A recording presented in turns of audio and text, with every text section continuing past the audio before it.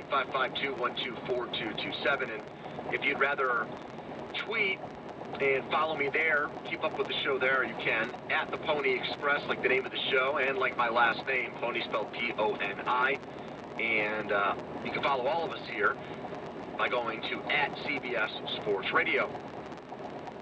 Honesty is the best policy when it comes, I believe, to being a talk show host. I'd rather tell you the truth about something, whether it's how you feel or not, whether it's the popular sentiment or not, whether, it's going to ruffle some feathers and maybe push the envelope.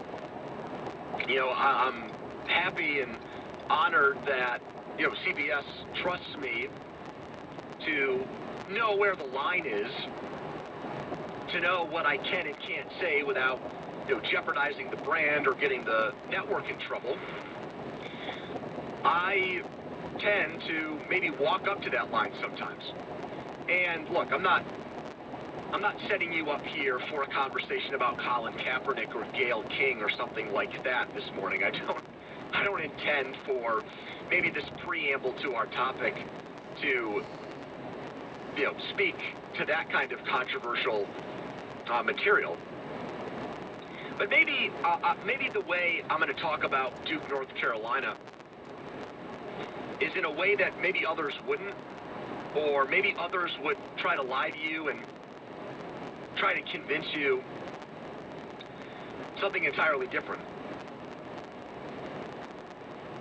Let me also say that I would describe myself as a big college basketball fan, and here's just my resume in that regard. I grew up a Syracuse basketball fan. I went to school there. I grew up probably going to a couple of games a year at the Carrier Dome. And then I went, probably from my 18th birthday on, I would say I'm somebody that goes to between, 10 and 20 college basketball games a year. I've been to the Final Four. I've been to the Sweet 16.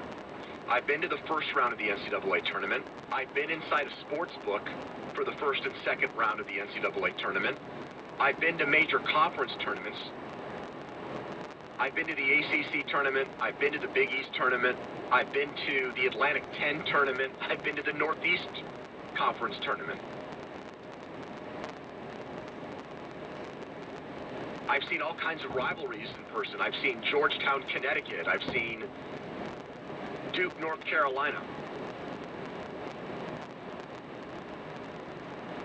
So I would consider myself, I'm not the casual fan. I'm closer to the hardcore fan of college basketball. And so I say all of that to say this. I did not watch a single second of that game last night. I didn't watch one solitary second of Duke, North Carolina.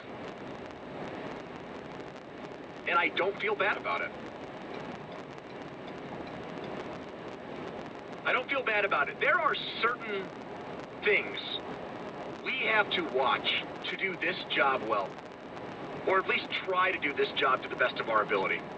And when we don't, when the people in my shoes, in my position, that get to talk into a microphone, someone wants to pay us to do it, which is extraordinary and amazing, and I'm humbled every day that somebody appreciates me enough where they give me the opportunity to do that. Andrew Filipponi, CBS Sports Radio. There's certain things that if I just didn't watch, I would feel like as somebody that conducts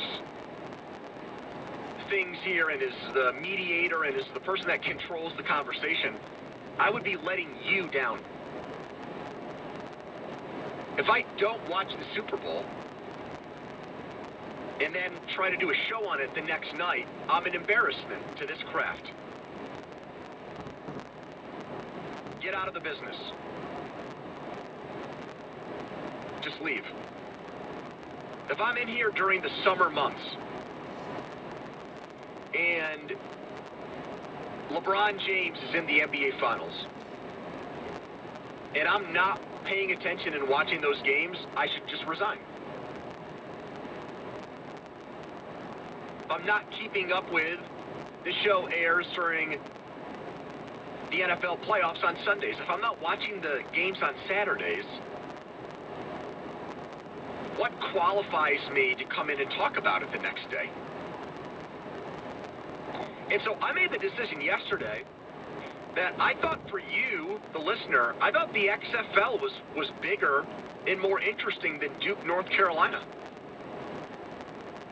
And we're going to get to some of my XFL thoughts, and you've heard a ton of them over the last 24 hours on this network, and I hope that you're at least willing to hear a few more. I think I've got a unique perspective on it, and I want to share some of those thoughts with you coming up. But I think what happens a lot is that the people that are closest to a situation are often the worst at being able to accurately describe to you how much other people care about it. If you're too close to a situation or a sport, I think those people have a tendency to exaggerate and overstate the importance of something. So all I heard as the hardcore college basketball fan and as someone who works professionally in sports media, all I heard yesterday going into Duke, North Carolina was, yeah, North Carolina stinks, they're a bad team, but this is still the best rivalry in all of sports. This is appointment viewing for sports fans. You can't call yourself a sports fan and not watch this game. Now, that message was coming from the college basketball media. That was coming from the national college basketball media. So, of course, they're going to say that. This is their baby. This is their meal ticket. If people in the college basketball media, if they don't trumpet, if they don't talk up Duke, North Carolina, then they're not doing their job.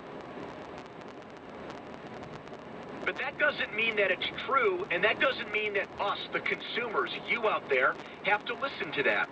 If you're listening today, if